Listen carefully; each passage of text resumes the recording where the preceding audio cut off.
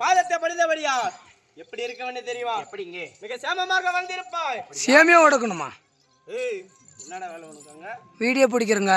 புடி உன்னை யாரா விளக்கு பிடிக்க சொன்னாங்க? விளக்கு பிடிக்க இருந்தா உங்களுக்கு கண்ணு மிஸ் மிஸ்னு இருக்குமா?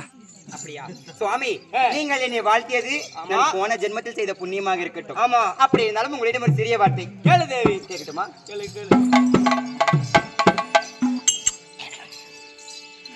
சுவாமி ஐயா, பலம் என்று வாக்களித்த சுவாமி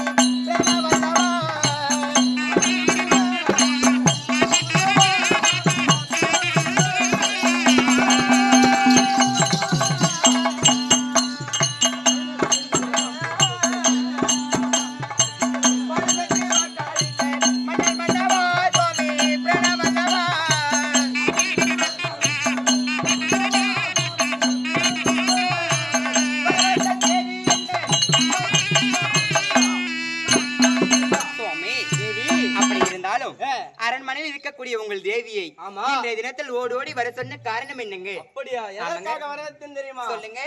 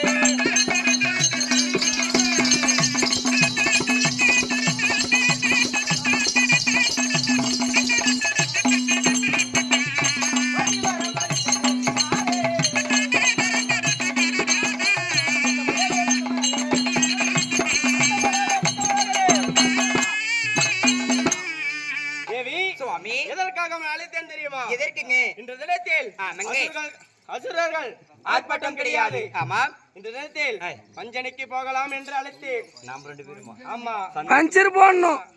சத்தியமா? ஆமா, இன்னைக்கு நான் வாய் தேர்ந்து 2 பேரும் பஞ்சனைக்கு போலான்னு சொன்னியே. கோடான கோடி புண்ணியம் பண்ணிருக்க சாமி. சந்தோஷம் கொண்டேன்.